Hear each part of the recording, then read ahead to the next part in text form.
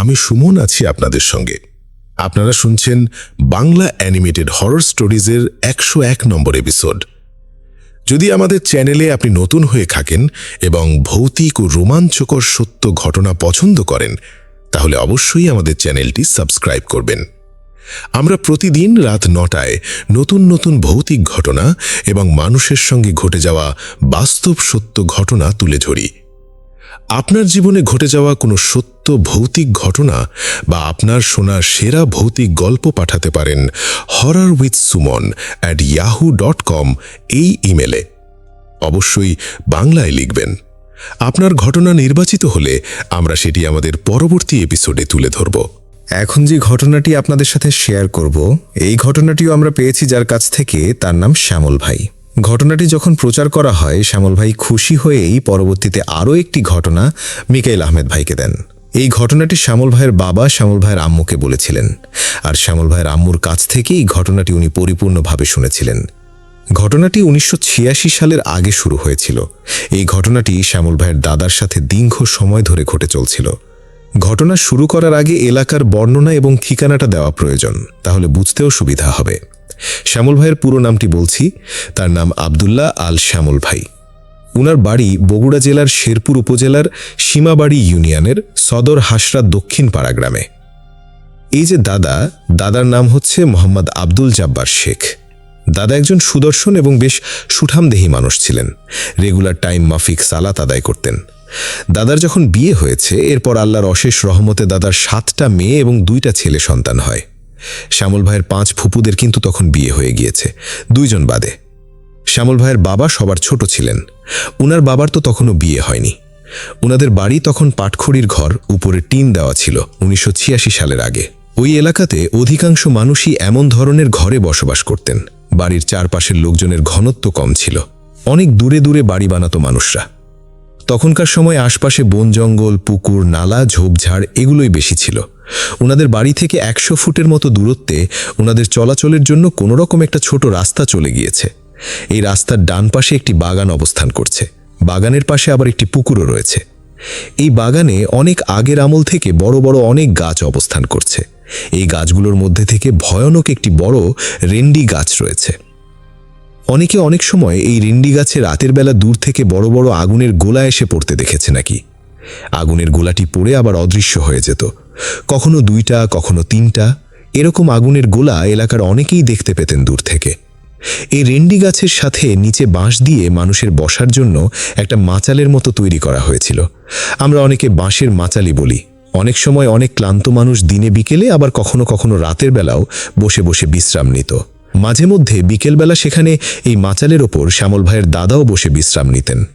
একদিন বিকেলে আসরের পর উনার দাদা এই রেন্ডি গাছের নিচে মাচালের ওপর বিশ্রাম নেওয়ার জন্য গিয়েছেন। তো সেই মাচার উপর বসে তো বিশ্রাম নিচ্ছিলেন। কিছুক্ষণ থাকার পর, প্রায় অর্থাৎ 10 থেকে 15 মিনিট এরকম ছিলেন আর কি, হঠাৎ করে উনার দাদা বুঝতে পারলেন অস্বাভাবিক কোনো জিনিস তার ঘাড়ে বা পিঠের উপর এসে পড়েছে। মনে হচ্ছে যে অনেক ভারী কিছু তার উপর চাপিয়ে দেওয়া হয়েছে। এমনটা না যে তার পুরো শরীরটা ভার হয়ে গেছে। আমাদের শরীরের উপর, অর্থাৎ শরীরের বিশেষ কোনো অঙ্গের উপর যদি মাথার উপর দেওয়া হয়, হাতের উপর দেওয়া হয়, কাঁধের উপর দেওয়া হয়, পিঠের উপর দেওয়া হয়, পায়ের উপর দেওয়া হয় এরকম ভারী কোনো জিনিস, তাহলে কিন্তু শরীরের ওই অংশে ভার অনুভূত হয়। তো ওনার কাছে ঘাড়ে বা পিঠের উপরে এরকম জায়গার উপরে ভার অনুভূত হচ্ছিল, কিন্তু কি জিনিস যেটা এটা বোঝা যাচ্ছে না। অথচ শরীরের অন্য কোনো জায়গায় কিন্তু ভার অনুভূত হচ্ছে না। অনেক সময় হঠাৎ করে ভয়ের অনুভূতিতে পুরো শরীর ভারী হয়ে যায়। বিষয়টা কিন্তু এই রকম না, অর্থাৎ সত্যি সত্যি শরীরের কোনো নির্দিষ্ট জায়গার উপরে ভারী কোনো কিছু চাপিয়ে দেওয়া হয়েছে। উনি বুঝতে পারলেন বিষয়টা তো স্বাভাবিক না।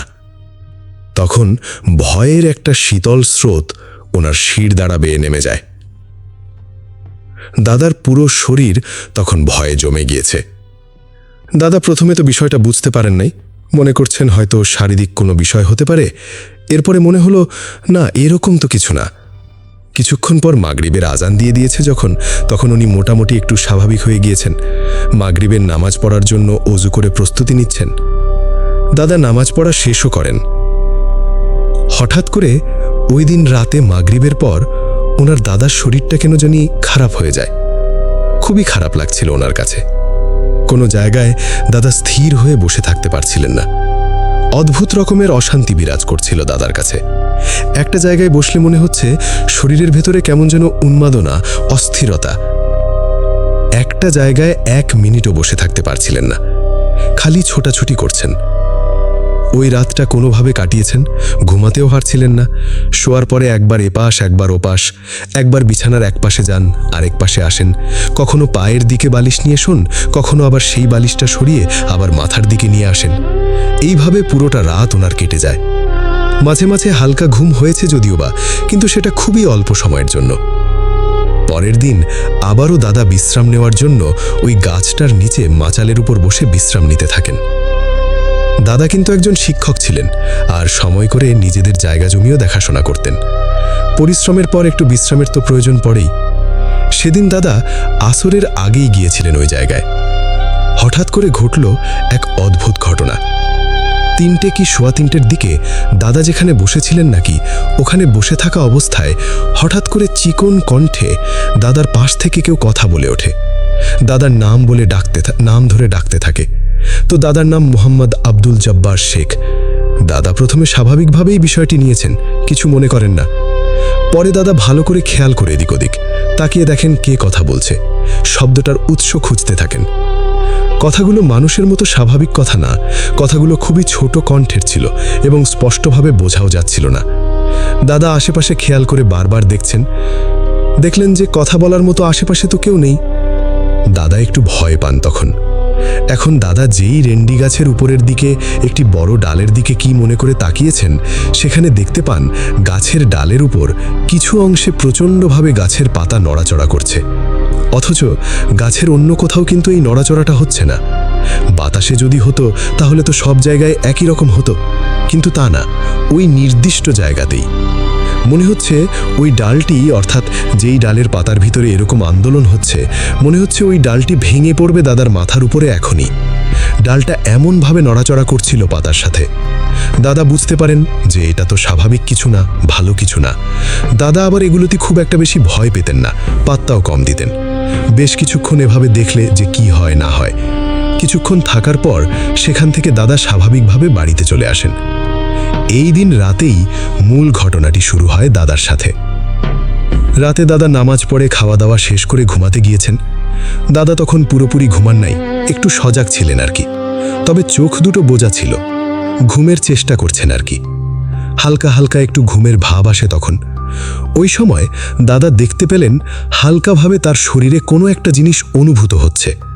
মানে একদম গাঢ়ভাবে না, হালকা বা আলতোভাবে কোনো একটা জিনিসের অনুভূতি ওনার শরীরে উনি টের পেলেন। মনে হচ্ছে খুবই আলতোভাবে দাদার শরীরে কেউ টাচ করছে। আবার শরীরের উপর কোনো কিছু একটা ভর করছে বা পজেসড হচ্ছে, এমনটাও আস্তে আস্তে তার মনে হচ্ছিল। দাদা তখন চোখ খুলেছেন, খুলে দেখেন কালো কুচকুচে একটা নারী অবয়ব দাদার পাশে শুয়ে আছে। দাদা সেটা তখন পর্যন্ত ওইভাবে কোনো কিছু মনে করেন নাই, বুঝতে পারেনি। মনে করছে হালকা ঝিমুনি বা এরকম হয়তোবা স্বপ্নের মধ্যে এরকম কিছু চিন্তা করছেন। কিন্তু দাদা কিন্তু তখনও জেগে, কিন্তু ওনার কাছে মনে হচ্ছে হয়তোবা স্বপ্নের মধ্যেই আছেন। দাদা তো বিষয়টা ওভাবে পাত্তা দেন নাই। দাদা মনে মনে মানে ওই স্বপ্নের মধ্যে ওরকম হচ্ছে বা আসলে ওর সেন্স ওরকম নাই তো। ও সময় স্বপ্নের মধ্যে তো আর মনে মনে অত কিছু ভাবা যায় না, স্বপ্ন তো স্বপ্নই। তবে ওনার ঘুম কিন্তু ওভাবে হচ্ছিল না। একটা সময় ওনার এই তন্দ্রাচ্ছন্ন ভাবটাও কেটে যায়। তখনও পাশে ওই অবয়বটা দেখতে থাকেন। তখন ওনার মনে হয় যে শরীরটা তো বেশি ভালো যাচ্ছে না, অনেক বিষয় নিয়ে চিন্তাভাবনা হচ্ছে, হয়তোবা চোখে উনি ভুলভাল দেখছেন, এরকম চিন্তা করছেন। তো রাত গভীর হচ্ছে। এর মধ্যে অবশ্য ওই অবয়বটা কিছু সময়ের জন্য নাই হয়ে গেছে। গভীর রাত্রে দাদার ঘুম ভেঙে যায়। ওনার কিন্তু একবার ঘুম চলে এসেছিল, সেই ঘুমটা ভেঙে যায়। তখন চোখের সামনে উপরের দিকে তাকিয়ে, মানে শুয়ে আছেন তো উপর দিকে তাকিয়েছেন, দেখতে পান খুব সুন্দর একটি মহিলার অবয়ব। অবয়বটা দেখতে খুবই সুন্দর, বেশ লম্বা একটা নারী অবয়ব। তো দাদা আরো ভালো করে শিওর হওয়ার জন্য খুব ভালো মতো তাকিয়ে দেখছেন জিনিসটা আসলে কি। নিজের 2 চোখ ঘষতে থাকেন 2 হাত দিয়ে। দাদা দেখলেন যে না, আসলে উনি বাস্তবেই দেখছেন, ঘুমের ভেতরে না। পরক্ষণে দাদার আর বুঝতে বাকি রইল না উনি কোন পরীর পাল্লায় পড়েছেন। ওই মুহূর্তে পরীটা দাদাকে বলছে, তুমি যা দেখতেছো সব সত্য এবং বাস্তব, আমি তোমাকে পছন্দ করেই তোমাকে বিয়ে করতে চাই। আজ 2 দিন ধরেই তোমার কাছে আসার চেষ্টা আমি করছি, কিন্তু ওভাবে পারছি না। আসলে ওই পরীটা মূলত দাদাকে পছন্দ করে ফেলেছে। দাদা দেখতে খুবই সুদর্শন ছিল, বেশ উঁচু লম্বা ছিল, তা তো আমরা শুরুতেই বললাম। মূলত এই কারণেই পরীটা দাদাকে পছন্দ করে ফেলেছে। যেই রেন্ডি গাছটিতে দাদা প্রায় সময়ই বিশ্রাম নিতেন, ওখান থেকেই মূলত দাদা এই জিনিসটার খপ্পরে পড়েছে। ওই রেন্ডি গাছটি অনেক পুরনো, অনেকবারই নাকি ওই গাছটি কেটে ফেলার চেষ্টা করা হয়েছে, কিন্তু বিভিন্ন রকম জটিলতার কারণে গাছটি আর কাটা হয়নি। ওভাবেই রয়েছে দীর্ঘদিন ধরে রেন্ডি গাছটি। তো ওখান থেকেই ওনার দাদাকে কোনো একটা পরী পছন্দ করে ফেলেছে। তো ওই দিন রাত্রে দাদার সামনে প্রথমবার আসে এরকম সুন্দর বেশে। আর এর আগে যে কালো কুচকুচো অবয়বটা, এটা সম্পর্কে দাদা ওই হতে নিশ্চিত না যে আসলে উনি বাস্তবে দেখেছেন না ঘুমের ঘরে দেখেছেন। মানে এটা দাদা আসলে ওভাবে আর মনে করতে পারছেন না। হতে পারে সেটা বাস্তবই ছিল। তো যাই হোক, দাদা তো অপলক দৃষ্টিতে বাকরুদ্ধ হয়ে ওই পরীটাকে দেখছে। লম্বা কালো কেশ, লম্বা নাক, মানে একটা সুন্দরী রমণীর যেই ধরনের গুণাবলী থাকার দরকার সবগুলি তার আছে। তবে এই জিনিসটা কিন্তু উপরে ভেসে আছে, মানে শুয়ে উপরে দেখছেন, উপরে জিনিসটা আছে এমন ভাবে। তো এতদিন তো দাদা শুধু শুনেছেন পরীর কথা, কখনো তো বাস্তবে এভাবে দেখেননি। তো দাদার সামনে বাস্তবে যে জিনিসটা রূপ লাভ করেছে, এটা তার কাছে অবাক লাগছে। তো ওই রাত ওভাবেই কেটে যায়। ওই রাতে আর কোনো সমস্যা হয় না, জাস্ট এতটুকুই হয়। এরপরে পরীটা চলে যায়, দাদাও ঘুমিয়ে পড়েন। পরের রাত্রে একই রকম ঘটনা ঘটে। ওই পরীটা ওই একই রকমভাবে আসে। গভীর রাত্রে দাদা চোখ খুলে দেখেন ওই পরীটা তার চোখের সামনে উপরের দিকে শূন্যে ভাসছে। এইরকম বেশ কয়েকদিন চলতে থাকে। এইভাবেই পরীটা তো দাদার কাছে আসে যায়, কন্টিনিউ হতে থাকে। তখনও কিন্তু এই সমস্ত ঘটনা দাদা দাদিকে বলেন নাই। পরীটা দাদাকে খুব পছন্দ করে, তা বারবার দাদাকে বলতে থাকে। একদিন রাত্রে দাদা ঘুমিয়েছিলেন, তবে ঘরের দরজাটা খোলা ছিল হালকা করে। আমরা আওসানো বলি, এক এক জায়গায় এক এক রকমভাবে শব্দটা ইউজ করে। হঠাৎ করে ঘুম ভেঙে দাদা দেখতে পেলেন ওনাদের ঘরের বাইরে কাপড় শুকানোর জন্য যে একটা বাঁশের মতো থাকে না, অনেক সময় গ্রামে দুটো বাঁশ ঘিরে দুটোর মধ্যবর্তী একটা লম্বা জায়গা রাখা হয়, সেখানে আবার আরেকটা বাঁশ বেঁধে দেওয়া হয় বা শক্ত করে দড়ি বেঁধে দেওয়া হয় কাপড় শুকানোর জন্য। এটাকে অনেকে আড়া বা ডাব বলে থাকে। তো ওই আড়ার উপর পরীটা বসে আছে। সেখান থেকে ঘরের ভিতরে তাকিয়ে দাদাকে অপলক দৃষ্টিতে দেখছে। দাদা দেখতে পান অনেক আলোক উজ্জ্বল হয়ে আছে ওই পরীটা চতুর্দিকে। তার শরীর থেকে আলো ঝলমল করছে। পরীদের শরীর থেকে এক ধরনের আলো ছড়ায়, সেই আলোটাই মূলত চতুর্দিকে ছড়াচ্ছিল। ওই আড়ার উপরে পরীটা তো বসে আছে খুব সুন্দর করেই, 2 হাত দিয়ে আবার ওই আড়াটা ধরেও রেখেছে। অনেক সময় আমরা কোনো জায়গায় বসলে 2 হাত 2 পাশে রাখি, ওরকমভাবে পরীর কালো বর্ণের বড় বড় চুলগুলো মাটির সাথে লেগে আছে। দাদার দিকে তাকিয়ে মুচকি মুচকি হাসি দিচ্ছে। দাদা স্পষ্টভাবেই ওই পরীটাকে কিন্তু দেখছেন। সেই মুহূর্তে দাদা দাদিকে ডাক দিয়েছেন। দাদি কিন্তু আগে থেকে এইসব বিষয়ে কিছুই জানে না, দাদা কাউকে কিছু বলেনও নাই। সেই মুহূর্তে দাদা যখন দাদিকে ডাক দিয়েছেন, তো দাদা যেভাবে পরীকে দেখছিলেন, দাদিও ঠিক একই রকমভাবে ওই পরীটাকে দেখেন। এরপর পরীটা প্রচণ্ডভাবে রেগে যায়। মানে পরীটা চাচ্ছিল না যে দাদি দেখুক বা অন্য কেউ তার বিষয়টা জানুক, আর বিশেষ করে পরীটা দাদিকে কোনোভাবে দেখতে পারত না। এইভাবে ওই রাতটা কেটে যায় দাদা দাদির কোনোভাবে। পরের দিন ঘটে ভয়ঙ্কর ঘটনা। দাদা দাদি রাত্রে একসাথে ঘুমিয়ে আছেন। ওই পরীটি দাদিকে ঘরের ভেতর থেকে ঘুমের ঘরে বাইরে নিয়ে গিয়ে রাগান্বিতভাবে প্রচুর পরিমাণে মারধর করতে থাকে দাদিকে, আর বলতে থাকে, যদি বাঁচতে চাস তোর স্বামীকে তুই ছেড়ে দে, এখান থেকে চলে যা, না হলে তোকে তোদের পুকুরের ভেতর চুবিয়ে মেরে ফেলবো। আমি তোর স্বামীকে বিয়ে করব, আমি তোর পথের প্রধান কাঁটা, আমার পথের কাঁটা হয়ে থাকিস না। দাদি তখন বলে থাকে, আমি আমার স্বামীকে ছেড়ে আমার জীবন থাকতে কখনো চলে যাব না, তুই যা পারিস কর, আমার সাথে আল্লাহ আছেন। দাদা কিন্তু তখনও গভীর ঘুমে আচ্ছন্ন, উনি কিছুই টের পাচ্ছিলেন না। এভাবে পরীটি নির্যাতন করার পর দাদিকে ছেড়ে দিয়ে চলে যায়। পরক্ষণে ফজর আজান দিয়ে দেয়। দাদি নামাজ পড়ার জন্য উঠে দেখে দাদির এই অবস্থা। দাদির এই অবস্থা দেখে দাদা তো অনেক রেগে যান এবং ওই পরীটার উপরেই মূলত রাগান্বিত হয়েছেন যে ওই পরীটা যদি বেশি বাড়াবাড়ি করে তবে সেটাকে উনি দেখে নেবেন। কয়েকদিন পর আশ্চর্যজনক একটা ঘটনা ঘটে। ওই রেন্ডি গাছটার কাছে সেখানে আবার দাদা গিয়েছেন, সেখানে বিশ্রাম নিচ্ছেন। হঠাৎ করে দাদা দেখতে পান একটি সুন্দরী মেয়ের আকৃতি নিয়ে মানুষের মতো কিছু একটা দাদার সামনে এসেছে। দাদা বুঝতে পেরেছেন এটা ওই পরী। চেহারাটা অবশ্য কাপড় দিয়ে কিছুটা ঢেকে রেখেছে, একদম স্পষ্টভাবে বোঝা মুশকিল চেহারাটা, তবে পূর্বে থেকে যে দেখেছে সে মোটামুটি বুঝতে পারে। মানুষের ছদ্মবেশে আসা এই পরীটা স্বাভাবিক আকৃতি থেকে বেশ লম্বা ছিল। এসে দাদার পাশে এসে বসেছে। এসে বসে দাদাকে জিজ্ঞেস করছে, জব্বার, তুমি কেমন আছো? এখানে বসে বসে কি করো? দাদা তো প্রথম দিকে ওইভাবে বুঝতে পারেন নাই কোনো একটা কারণে। দাদাকে বলছে যে, আপনি কে, কোথা থেকে আসছেন, আপনার মুখটা কাপড় দিয়ে ঢাকা কেন, আপনি কি আমাকে চেনেন?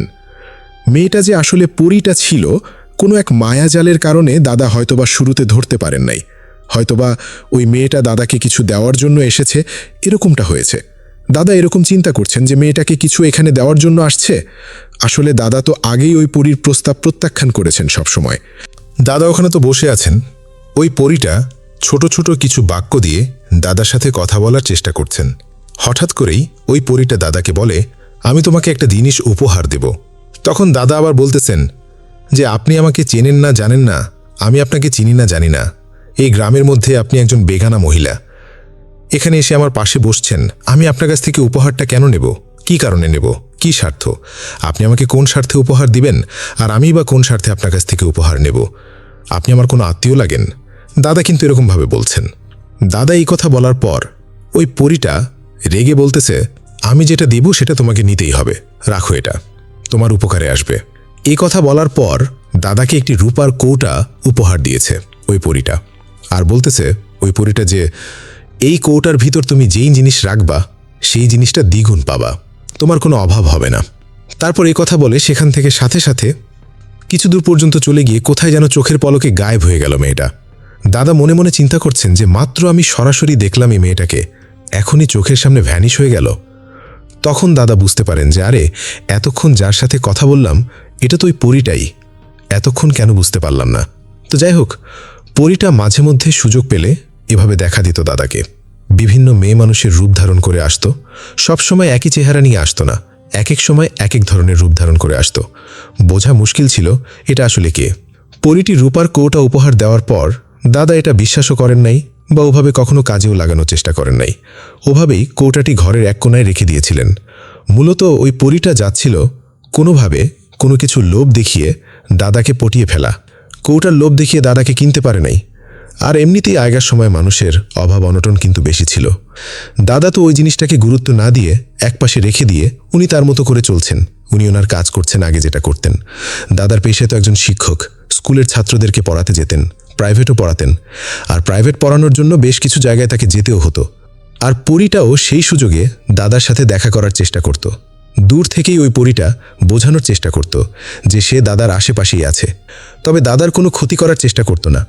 তবে দাদা এই পরীটাকে কোনো গুরুত্বই দিত না। ওই পরীটা দাদাকে সবসময় কাছে পেতে চাইত, দাদাকে সবসময় বুঝাতে চাইত যে দাদাকে ওই পরীটা বিয়ে করবে, দাদার সাথে সংসার করবে। কিন্তু দাদা তো বিবাহিত, দাদার সংসার আছে। কোনোভাবেই তো জিন পরীর সাথে সংসার করা এটা কঠিন কাজ, মানুষের পক্ষে সেটা খুবই কঠিন। সেই পরীটা আবার দাদিকে দেখতে পারে না।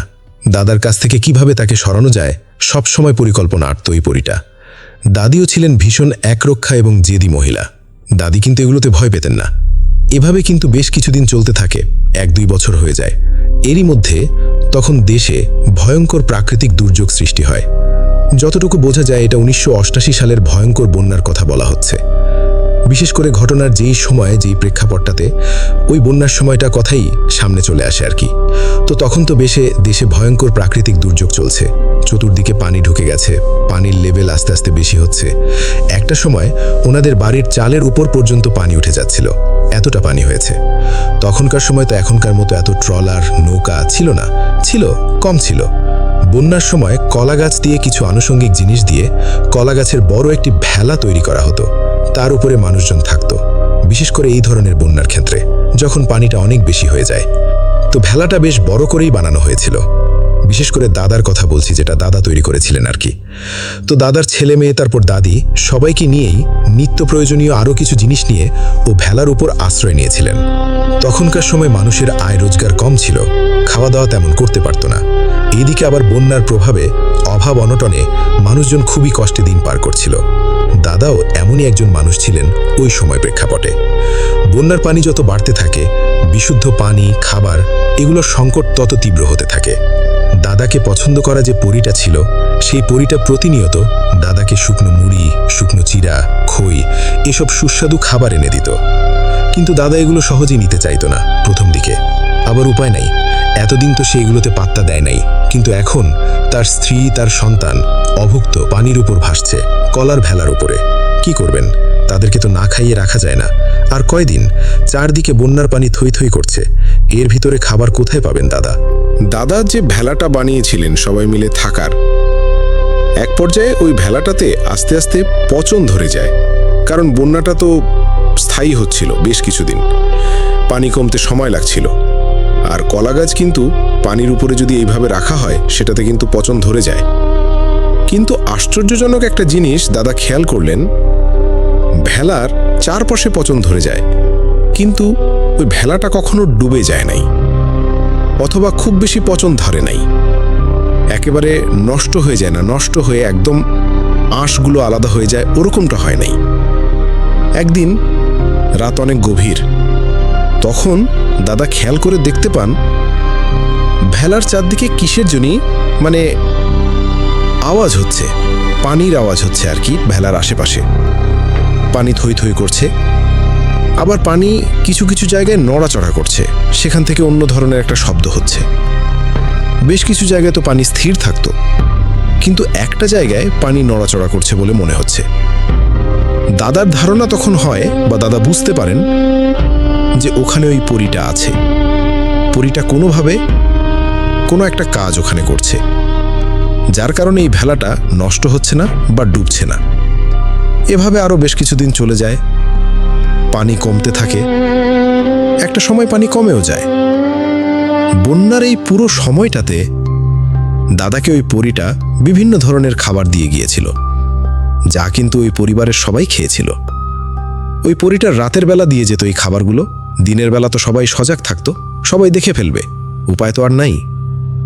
আর ভাত তরকারি বন্যার সময় তো রান্না করার সুযোগও থাকে না, আসলে কিভাবে রান্না করবে? খাবার দেওয়ার সময় দাদার সাথে দেখা করে আবার চলে যেত। পরীটা ওনাদের বাড়ির পাশে একটা বড় আম গাছ ছিল, তখন সেই আম গাছটা বেশ বড় ছিল। মূলত পরীটা দাদার কাছে থাকার জন্য এবং দেখা করার জন্য ওই আম গাছেই থাকতো। দাদার ভেলাটাই আম গাছের নিচেই ছিল। ভেলাটা যেহেতু এমন ছিল, বেশ বড় ছিল, দাদা দাদি ওনার ছেলে মেয়েরাও ছিল, সুতরাং বোঝাই যাচ্ছে ভেলাটা কত বড় হতে পারে। পরীটার একটু অসুবিধাই হতো তাদের সাথে দেখা করতে বা কথা বলতে। আশ্চর্যজনক একটি ঘটনা ঘটে। একদিন সারাদিন দাদার কাছে তো আসলে আসতে পারে না, তাদের সাথে দেখা করতে পারে নাই। রাত 1টা আনুমানিক তখন বাজে। দাদা পানির উপর স্পষ্টভাবে কিছু ছায়ার মতো দেখতে পেলেন। এই ছায়াগুলো একত্র হয়ে একটা সুন্দর চেহারার অবয়ব হয়ে গেল। এই অবয়বটা আবার দাদার সাথে কথা বলা শুরু করলো। অর্থাৎ ওই পরীটা আসলে সবসময় একই শেপ নিয়ে আসতো না, ডিফারেন্ট ডিফারেন্ট শেপে আসতো, ডিফারেন্ট ডিফারেন্ট চেহারায় আসতো। তো পরীটা দাদাকে বলছে যে আজকে তো সারাদিন তোমার সাথে দেখা করতে পারি নাই, কারণ আমার 7 বোন আমার সাথে দেখা করতে আসছিল, তাদের সাথে আমি একান্তে কিছু সময় কাটাই। তো আরও বেশ কিছু কথাবার্তা বলে। এই বলে দাদাকে বিভিন্ন ধরনের ফল, মিষ্টি দিয়ে যায়। আরেকটা জিনিস না বললেই নয়, যতদিন বন্যার পানি ছিল ততদিন দাদারা তো এই ভেলার ওপরেই ছিল। দাদা দাদি দেখতে পারতেন যে আকাশে অদ্ভুত ধরনের আলোর বিকিরণ হচ্ছে কোনো একটা জায়গায়, ওনাদের কাছাকাছি কোনো একটা জায়গায়। দূর থেকে দেখা যেত যে এক জায়গা থেকে আরেক জায়গায় আলো ছুটে যাচ্ছে, আলো প্রতিফলিত হচ্ছে। আবার বেশ দূরে তাল গাছ ছিল। তাল গাছটা সবসময় প্রায় রাতেই মনে হতো যে এটার মাথার উপরে আলো জ্বলে থাকত। দাদা দাদি জানতেন এটা কিসের আলো। এই বন্যায় পরীর দেওয়া কৌটাটা বন্যার পানিটা হারিয়ে গিয়েছিল। এত কিছুর পরেও দাদা কিন্তু পরীটাকে সেভাবে পাত্তা দিতই না। তার বিশেষ কারণ হচ্ছে দাদা দাদিকে প্রচণ্ড রকমের ভালোবাসতেন। মূলত দাদিকে উনি পছন্দ করে বিয়ে করেছিলেন, আর এই কারণেই মূলত ওই পরীটা দাদিকে পছন্দ করত না। একদিন দাদাকে স্বপ্নে এসে ওই পরী জিজ্ঞেস করছে যে তুমি আমাকে বিয়ে করবা কিনা বলো, আমার ভালোবাসা গ্রহণ করবা কিনা বলো। দাদা কিন্তু বুঝে গিয়েছিলেন এদেরকে রেগে কিছু বলা যাবে না, তাতে কিন্তু হিতে বিপরীত হতে পারে। এরা সবসময় একরোখা এবং জেদি প্রকৃতির হয়ে থাকে। দাদা পরীটাকে সুন্দর করে বুঝিয়ে বলতে থাকে যে দেখো, আমার তো সংসার আছে, ছেলে মেয়ে আছে, তাছাড়া তোমাদের সাথে তো আমাদের বিয়ে সম্ভব হয় না। তুমি তো তোমার জায়গায় থাকো, তোমার জায়গায় আমি যেতে পারি না। আবার আমাদের যে পরিবেশ, সেখানেও তোমরা স্বাভাবিকভাবে অন্যান্য মানুষের মতো মিশতে পারো না। তোমাদের একটা দীর্ঘ হায়াত থাকে, আর আমাদের সংসার জীবনই থাকে অল্প কিছু বছরের। এই অল্প সময়ের জন্য একত্র হয়ে কী লাভ? তোমাদের জগৎ আলাদা, আমাদের জগৎ আলাদা। তুমি হয়তোবা আমাকে দেখে পছন্দ করেছ, পছন্দ হওয়াটাই স্বাভাবিক, কিন্তু আমি কি তোমাকে বিয়ে করতে পারবো? তুমি বলো, এটা কি কখনো সম্ভব? বয়সের সাথে আমি তো খুব তাড়াতাড়ি বৃদ্ধ হয়ে যাব, তোমার তো সেটা হবে না। তুমি তো অনেক বছর, শত শত বছর অনেকটা একই রকমই থাকবে, তখন কি হবে সেটা কি ভেবে দেখেছ? এটা ভাবনা করো, বুঝার চেষ্টা করো, এটা কি কখনো হতে পারে? পরীটা সব কথা শোনে, কিছু না বলে জেদ করেই চলে যায়। যাবার সময় বলে যায়, আমি তোমাকে সহজে ছেড়ে দেব না আব্দুল জব্বার, মনে রেখো। ওই দিন রাতে ঘটে এক ভীতিকর ঘটনা, যা কেউ কল্পনাও করতে পারে নাই। ওই রিন্ডিগাছার যে বাগানটা যেখানে অবস্থান করছিল, তার পাশাপাশি তো ওনাদের ঘর। হঠাৎ করে শুনশান পরিবেশের নীরবতা ভেঙে ওই দিন গভীর রাত্রে, চারপাশে কোনো বাতাস নাই, কোনো বৃষ্টি নাই, আবহাওয়া ভালো ছিল, ওই রিন্ডিগাছটা থেকে প্রচণ্ড ভয়ঙ্কর রকমের আওয়াজ আসতে থাকে। তখনই দাদার ঘুম ভেঙে যায়। আওয়াজগুলো ছিল খুব চিকন চিকন, চি চি শব্দ করে ছোট ছোট আওয়াজ। আগে তো এত উঁচু উঁচু বিল্ডিং ছিল না, ছিল শুধু কুঁড়ে ঘরের মতো অনেক ঘর। তো এই শব্দ শুনে জানালা দিয়ে তাকিয়ে অনেকেই দেখতে থাকে ওই রেন্ডি গাছটার দিক থেকে প্রচণ্ড ঝড় বাতাস হচ্ছে, অথচ অন্য কোনো জায়গায় ঝড় বাতাস নাই। ওই গাছটা পুরোপুরি আলোকিত হয়ে গেছে, আর ভয়ঙ্করভাবে আওয়াজ হচ্ছে ওই গাছটা থেকে। তো দাদারা দেখতে পান যে অসংখ্য লাল চোখ সেখানে রয়েছে, জোড়া জোড়া চোখ। এই চোখগুলো জোনাকি পোকার মতো জ্বলছে নিভছে, জ্বলছে নিভছে। যখন এই চোখগুলো মনে হয় পলক ফেলে, তখন নিভে যায়, আবার যখন পলক উঠায় তখন আবার জ্বলছে, এটা বোঝা যায়। দাদা এগুলো দেখে বেশ ভয় পেয়ে যান। দাদার বুঝতে বাকি নাই, ওই যে পরী, এই পরীটা এখন দলবল নিয়ে এসে এখানে ভাঙচুর করতেছে, সবাইকে ভয় দেখাচ্ছে। আশেপাশে যত বাড়িঘর ছিল, প্রত্যেকটা বাড়ির উপরে বড় বড় মাটির ঢিল ফেলতে থাকে ওই পরীগুলো, ওই পরীর দলগুলো। সব বড় বড় ঢিল আশেপাশের মাটির ঢিল দিয়ে ওই আশেপাশের বাড়িগুলোর উপরে ফেলছে। অনেক ধরনের শব্দ করছে, ভয় ভীতি দেখাচ্ছে। লোকজন কিন্তু বুঝতে পেরেছে যে ঘটনাটা কি। কখনো কখনো ওই রেন্ডি গাছ থেকে লম্বা কালো অবয়ব ওই গাছ থেকে লাফ দিয়ে কোনো বাড়ির পাশে থাকা গাছের উপর যায় পড়ছে। যখনই পড়ে, অনেক সময় হয় কি, ওই যে বাদুর যখন কোনো ডালে ঝুলে পড়ে এক ধরনের ঝনাত করে শব্দ হয় না, ওরকম শব্দ হচ্ছে। বিশাল আকৃতির কোনো কিছু যদি ঝুলে পড়ে, তখন এই শব্দটা কতটা বেশি হতে পারে, ওরকম শব্দ হচ্ছে, লাফালাফি করছে। এটা কিন্তু মানুষ দেখতেও পাচ্ছে। এই যে এরকম যে চলছে, মূলত ওই দাদার উপর রাগ করেই এই কাজগুলো ওই পরীটা করাচ্ছে। দাদা না বলেছে, রাজি হচ্ছে না, পরীর কথায়, এই জন্যই। ওই দিন রাতে গ্রামের কেউ ঘর থেকে আর ভয় বের হতে পারে নাই। সারা রাত এই তাণ্ডব চালিয়েছে ওই পরীটা। এই দিন পরীদের তাণ্ডবে রাতভর ভয়ঙ্কর ধরনের আওয়াজ পুরো গ্রাম ধরে হয়েছে। ঢিল ছোড়াছুড়ি তো হয়েছেই। ওই দিন রাতে দাদাও ঘুমান নাই, আর অন্য কেউ আসলে সেভাবে ঘুমাতেও পারেন নাই। এটাই বাস্তবতা। দাদা দাদি সারা রাত ঘরের ভিতর বসেছিলেন। কখন কি হয়, ঢিলের আঘাতে চাল বুঝি এখনই ভেঙে পড়ে, এমন একটা অবস্থা। এই বিষয়টা দাদার কাছে ভালো লাগে না, খুবই খারাপ লাগে। দাদা এরপর কবিরাজ খোঁজাখুঁজি করতে থাকেন যে এটা তো ঠিক হইল না, এটা কেমন কথা, পুরো গ্রামের লোকদেরকে অতিষ্ঠ করে ছেড়ে দেবে, এটা তো হতে পারে না। দাদা একজন বয়স্ক কবিরাজের সন্ধান পান, তার কাছে যান। তখনকার সময় ঘরে ঘরে কিন্তু কবিরাজ ছিল না, খুব অল্প সংখ্যক কবিরাজ ছিল, বিশেষ করে ওনাদের ওই এলাকায়। তো কবিরাজ যেখানে থাকেন সেখান থেকে দাদা কবিরাজকে নিয়ে আসেন। বাড়িতে নিয়ে এসে সব ঘটনা শুরু থেকে বলেন। কবিরাজ তো উনি ওনার মতো করে রিচুয়াল করতে থাকেন, কবিরাজের অনুগত জিনদের সাথেও যোগাযোগ করতে থাকেন। এক পর্যায়ে ওই কবিরাজ দাদাকে অদ্ভুত তথ্য দিতে থাকেন। কবিরাজ বলেন যে তুমি একদিন বিকেলবেলা ওই রেন্ডি গাছটার নিচে বসেছিলে। ওই দিন পরীরা 7 বোন তাদের কাজ শেষ করে রেন্ডি গাছের উপর দিয়ে উড়ে যাচ্ছিল। ওই 7 বোনের মধ্যে পেছনে যে পরীটা ছিল ও তোমাকে দেখে এবং পছন্দ করে ফেলে। সেই মুহূর্তে ও তোমার শরীরে প্রবেশ করার চেষ্টা করেছিল, বিধায় ওই সময় তুমি তোমার কাঁধে ও পিঠে ভারী কিছু অনুভব করেছিলে। তোমার কাছে অস্বাভাবিক লেগেছিল। তখন দাদা চিন্তা করে দেখলেন কবিরাজের কথার সাথে সবই তো মিলে যাচ্ছে। সেই কবিরাজ কি যেন গণনা করে বিড়বিড় করে কিছু পাঠ করে আবার কিছু কথা বলে যেগুলো মিলে যায়।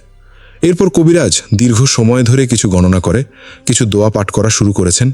একটা পর্যায়ে ওই পরীটাকে হাজিরও করেছেন এবং বলতে থাকেন, তুমি কেন এই লোকটার পিছু ছেড়ে দিচ্ছ না? পরীটা উত্তেজিত না হয়ে খুব সুন্দরভাবে প্রশ্নের উত্তর দিতে থাকে ওই কবিরাজের। সে বলছে যে আমি কখনো কাউকে কোনোদিন পছন্দ করিনি, ওনাকে দেখে আমার খুব ভালো লেগেছে, ওনাকে দেখে আমি মুগ্ধ হয়েছি, ওনাকে আমি বিয়ে করতে চাই। তো কবিরাজ তাকে বুঝাতে থাকে যে দেখো, ওনার তো সংসার আছে, ওনার ছেলে মেয়ে আছে, তুমি কেন তাকে বিরক্ত করছো? উনি তো অবিবাহিত না, উনি যদি অবিবাহিত হতো তাহলে একটা কথা ছিল। তারপরও পরীটা বুঝতে চায় না। সে বলে, আমি যখন রেন্ডি গাছের উপর দিয়ে আকাশ দিয়ে উড়ে যাচ্ছিলাম আমাদের আস্তানায়, তখন তাকে দেখে পছন্দ হয়ে যায়। ওই সময় আমি আমার বোনদের সাথে না গিয়ে এখানে থেমে যাই, আর ওই গাছটার উপর আমি বসি শুধুমাত্র ওনাকে দেখে। ওনার বাড়ির কাছে আশেপাশে বেশ কয়েকদিন আমি ছিলাম, ওনাকে বোঝানোর চেষ্টা করি, ওনাকে পছন্দ করি, বিয়ে করতে চাই। এভাবে বেশ কিছুদিন চলার পর আমি আমার বোনদের কাছে আবার ফেরত যাই। আমার বোনেরা আমাকে অপমান করে, বলে তুই মানুষের সংস্পর্শে গিয়েছিলি, তোর শরীর থেকে তো এখন মানুষের গন্ধ আসছে রে, তুই আমাদের সাথে থাকতে পারবি না, তুই এখন আমাদের থেকে আলাদাভাবে জীবনযাপন করবি। পরীটা বলতে থাকে যে আমি এই পরিপ্রেক্ষিতে তাকে পছন্দ করেছি, যার কারণে আজ আমারও করুণ দশা। আমি তো আমার জগতে এখনও চাইলেও ফেরত যেতে পারছি না। আমার বোনেরা আমার সাথে দেখা করতে আসতে পারে, কিন্তু আমি তো আমার জগতে গিয়ে ওই জগতে থাকতে পারছি না। পরীর কথাগুলো শোনার পর আর কবিরাজ বলতেছে যে বুঝতে পারলাম তো তোমার কথা, এখন ইনসান আর জিন জাতির বিয়ে কিভাবে হবে তুমি বলো? মানুষ তো মানুষের সাথে বিবাহ বন্ধনে আবদ্ধ হয়, জিন জাতির সাথে বিবাহ বন্ধনে আবদ্ধ হয়, কিন্তু এটা কিভাবে হবে? তুমি মা একে ছেড়ে চলে যাও, ভবিষ্যতে আসার চেষ্টা করো না। এগুলো কিন্তু কবিরাজ বলছে। কবিরাজ ঝাড়ফুঁক করেছে, ওই পরীটা ওই সময়ের মতো স্বাভাবিকভাবে চলে যায়। কিন্তু পরীর মনে যে কি আছে এটা তো ওই কবিরাজও বুঝতে পারেন নাই, দাদাও বুঝতে পারে নাই। এই ঘটনার বেশ কিছুদিন ওই পরীটা দাদার সাথে তেমন কোনো যোগাযোগ করেন নাই। তো দাদা তো ওই যে কুড়ে ঘরের মতো ঘরটাতে থাকতেন, ওয়াশরুম তো বাইরেই ছিল, ঘরের বাইরে।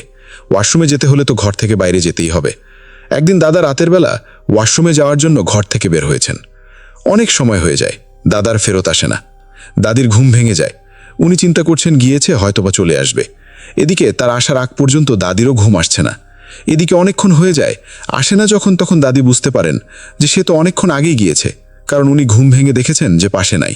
এদিকে অনেক সময় হয়ে গেছে, আসে না। তখন দাদির মনে হয় যে তার সাথে কোনো সমস্যা হয়েছে। সাথে সাথেই দাদি হারিকেনের বাতিটা হাতে নিয়ে আলোটা একটু বাড়িয়ে দিয়ে দাদাকে খোঁজার জন্য ঘরের বাইরে বের হয়েছেন। দাদি আশেপাশে খুঁজতে থাকেন দাদাকে, কিন্তু দাদাকে কোথাও খুঁজে পাওয়া যায় না। তখন ওনাদের ফ্যামিলিতেও দাদাকে নিয়ে কিন্তু অনেকেই দুশ্চিন্তা করত, যেহেতু এই সমস্যাটা ছিল। আর ওই রাতের বেলা কাকে উনি ডাকবেন? ওই সময়ে একটা ঘর থেকে আরেকটা ঘর তো বেশ দূরে দূরে। তো দাদি ওনার মতো করে খোঁজাখুঁজি করার চেষ্টা করেন, দাদাকে ডাকাডাকি করছেন, কোনো রিপ্লাই পাওয়া যায় না, দাদাকেও খুঁজে পাওয়া যায় না।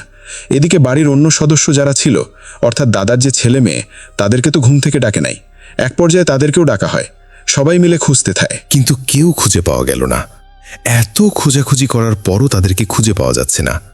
দূরের বাড়িতে গিয়েও তাদেরকে ডাকাডাকি করা হয়, তারা আবার আরও ঘরবাড়ির লোকদেরকে ডেকে তোলে, তারাও আসে। এখন যেরকম একদম কাছাকাছি ঘরবাড়ি, তখন কিন্তু এত কাছাকাছি ছিল না, একটু ফাঁকা ফাঁকা ছিল। তো লোকজন তো খোঁজাখুঁজি করে, কিন্তু কেউই খুঁজে পাচ্ছিল না। শেষ রাতের দিকে গ্রামের একজন ব্যক্তি দেখতে পারে একটা অদ্ভুত জিনিস।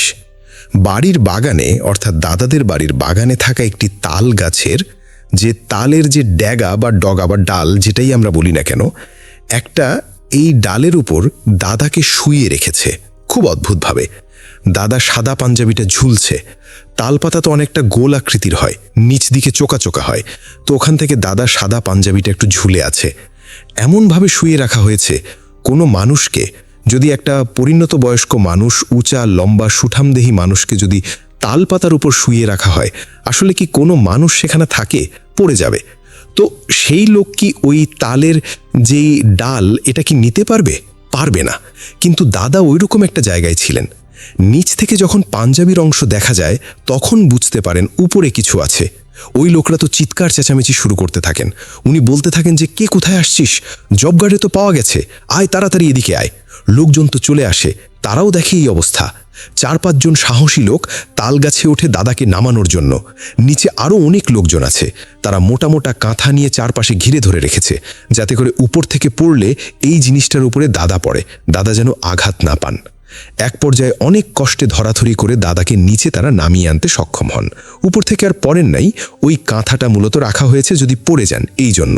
তো যাক, ঠিকঠাক মতো দাদাকে ওনারা নামিয়ে আনেন। এলাকার সবাই দেখতে পেল যে দাদার তখন জ্ঞান নাই, সম্পূর্ণ অচেতন অবস্থায় আছেন। সবাই তো দোয়া দুরুদ পড়ে পানি ছিটিয়ে তাদের জ্ঞান ফেরানোর চেষ্টা করছেন। 4-5 ঘন্টা পর দাদার জ্ঞান ফেরত আসে।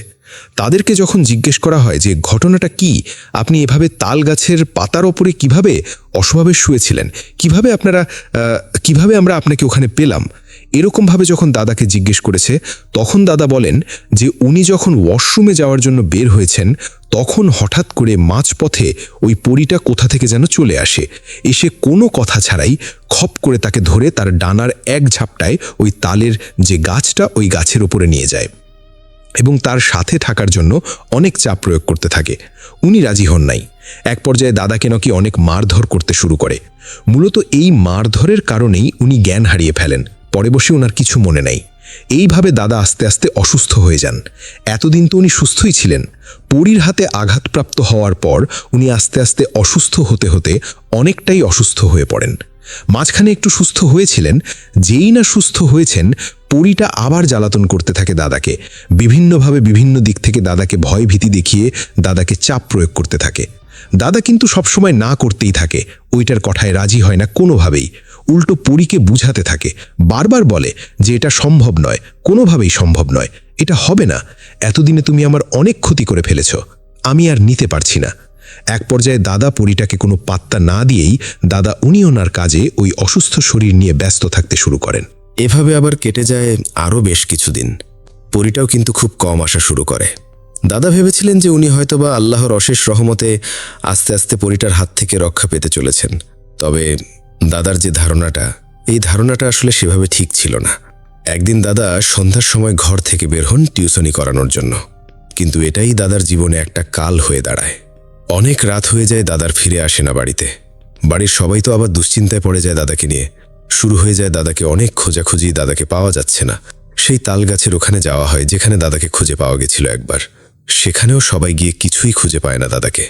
অনেক খোঁজাখুঁজি করে সবাই যখন ক্লান্ত হয়ে যায়, পরের দিন সকালবেলা এলাকার লোকজন দেখতে পেলেন ভয়ঙ্কর একটা অবস্থা। পাশের একটি জঙ্গলে অনেকগুলো কলা গাছ আছে আর কি। কলা গাছের মাঝে কোনো ধরনের জামা কাপড় ছাড়া একটা লোক পড়ে আছে। তো যেই লোকজন দেখেছিল, দেখা মাত্রই বুঝতে পারে যে এইটা তো এই আব্দুল জব্বার অর্থাৎ দাদা। সাথে সাথে বাড়িতে খবর দেওয়া হয়। সবাই তো ধরাধরি করে দাদাকে বাড়িতে নিয়ে আসে। দাদার পুরো শরীরে নির্মম নির্যাতনের চিহ্ন স্পষ্টভাবে ছিল। মনে হচ্ছে কোনো লাঠি বা ভারী কোনো কিছু দিয়ে দাদার শরীরে অনেক অনেক আঘাত করা হয়েছে। সবাই ধারণা করেছিলেন যে এটা ওই পরীটারই কাজ, আর ওনাদের ধারণাটাই সত্যি ছিল। দাদার 2 দিন কোনো জ্ঞান ছিল না। অজ্ঞান অবস্থায় ছিল দাদা টানা 2 দিন। জ্ঞান ফিরে আসার পরও দাদা বারবার সেন্সলেস হয়ে যাচ্ছিলেন। দাদা আসলে আগের মতো সুস্থ, তরতাজা, সবল যেরকম অবস্থায় কাটাচ্ছিলেন, এটা কিন্তু আর হয় না। দাদার মাথায় মূলত অনেক আঘাত পেয়েছিলেন, যার কারণে দাদা তেমন কিছু আর মনে করতে পারেন না আগের কথা। দাদা আর কখনোই স্বাভাবিক হতে পারেন নাই। দাদাকে অনেক চিকিৎসা করানো হয়েছিল, কোনো সুফল পাওয়া যায়নি। আর ওই সময় তো বিশেষ করে সেই 80-র দশকের শেষের দিকের কথা আর কি। তখন তো এরকম চিকিৎসা ব্যবস্থাও উন্নত ছিল না। প্রাইভেট ক্লিনিক বা হসপিটালগুলো খুবই কম ছিল। আর হুজুর, কবিরাজ, ফকির দেখিয়েও কোনো লাভ হচ্ছিল না সেভাবে। দাদাকে আর কখনোই আগের মতো সুস্থ করা যায়নি। 1992 সালে দাদা আল্লাহর ডাকে সাড়া দিয়ে চলে যান। দাদার ইন্তেকালের পর দাদিকে ওই পরীটা স্বপ্ন দেখিয়েছিল। ওই পরীটাই দাদিকে বলেছিল যে দাদাকে নির্যাতন করে সেই মেরে ফেলেছে, কারণ ওই পরীটা অনেক সময় দিয়েছে, তারও ক্ষয়ক্ষতি হয়েছে, কিন্তু দাদা কোনোভাবেই রাজি হয়নি। যার কারণে ওই পরীটা এই ক্ষোভ ছেড়েছে দাদার উপরে। ওই পরীটা আরও বলে যে যেহেতু দাদা এ কথা শোনে নাই, এই জন্য তাকে মরতে হয়েছে। এই জন্য সে দাদাকেই দায়ী করে। সে যদি শুনত তাহলে মরত না। তবে দাদা কিন্তু উনি নিজে মরে প্রমাণ করে গেছেন উনি দাদিকে কতটা ভালোবাসতেন। দাদির প্রতি লয়াল থাকার জন্যই উনি ওই পরীটার প্রস্তাবে রাজি হন নাই। উনি জানতেন পরিণতি কি হতে পারে, তবুও রাজি হন নাই। দাদির কথা চিন্তা করে, ওনার সন্তানদের কথা চিন্তা করে উনি নিজেকে আত্মত্যাগ করেছিলেন। এরপর দাদিকে আর ওই পরীটা এসে বিরক্ত করেনি। তবে এই ঘটনার পর এলাকার লোকজন দূর দূরান্ত থেকে ভালো কিছু কবিরাজ এনে বিশেষ রুকিয়ার মাধ্যমে ওই র্যান্ডি গাছটাকে ওনাদের যে বাগান আছে ওই বাগান থেকে কেটে ফেলেছিলেন। একদম শিকড় খুঁড়ে, শিকড় সহ এই গাছটাকে উচ্ছেদ করা হয়। এটাই ছিল ঘটনা, হৃদয় বিদারক একটি ঘটনা। আসলে কি বলবো যে এইভাবে প্রতিনিয়ত বিরক্ত করার পরও দাদা রাজি হন নাই। আমাদের মধ্যে অনেকেই চিন্তা করেন, ইস, কোনো একটা পরীর সাথে যদি দেখা হতো, পরীর সাথে যদি কথা হতো, না জানি কত আনন্দ হতো। প্রিয় লিসেনার্স, আপনারা একবার ভাবুন, সবকিছু যদি আনন্দের মধ্যেই থাকতো তাহলে দাদা কিন্তু এতে রাজি হতেন। উনি জানতেন এর পরিণতি কি, সেই পরিণতি উনি ভোগও করেছিলেন। তবে সেটা সেই প্রস্তাব গ্রহণ করে না, প্রস্তাব প্রত্যাখ্যান করার কারণে। উনি পরিপূর্ণভাবে একজন বিশ্বস্ত মানুষ ছিলেন। উনি মৃত্যুবরণ করে ওনার বিশ্বস্ততার প্রমাণ দিয়ে গিয়েছেন। তবে শেষ দিকে এসে ওনার স্মরণ শক্তি ছিল না। মাথায় আঘাত পাওয়ার কারণে কিছুই মনে রাখতে পারতেন না, দ্রুত সবকিছু ভুলে যেতেন। এভাবেই উনি ওনার পরিবারকে আগলে রেখেছিলেন।